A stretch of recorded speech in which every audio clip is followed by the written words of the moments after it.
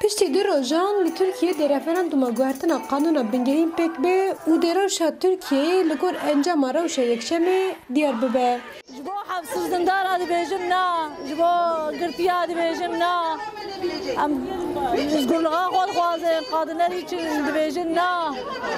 Ji bo zarokan dibêjin na, ji bo van girtiyan dibêjin na, ketina aşık gerevê em dibêjin na, silavê xwe ji wan dişêrin, em ji wan re fedekarin.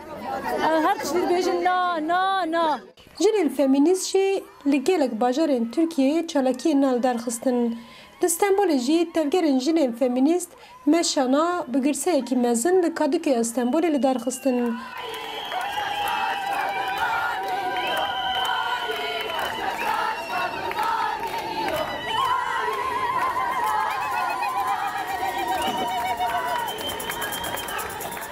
Tevgerên jinan bi pankartên wek na ji dîktatoriya yek mirovî re na ji bo azadiya me na li qadan dengê xwe bilind kirin. Ji bo çi dibe na?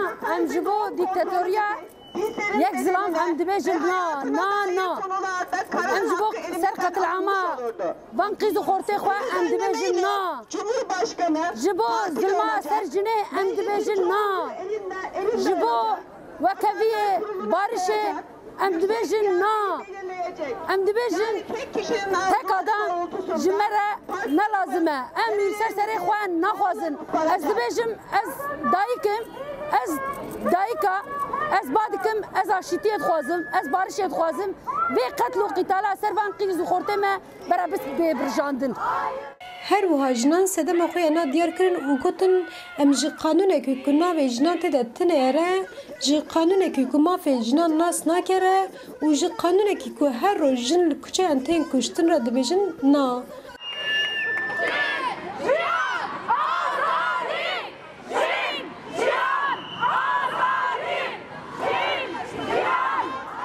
Tevgerên jinan bal dikişinin ser hevseroka HDP Figen Yüksek da û gelek parlamenterên jin yên ku di girtîgehên de ne û dibêjin ji hovîtiya dewletê re em ê bi dengê xwe bibin bersiv.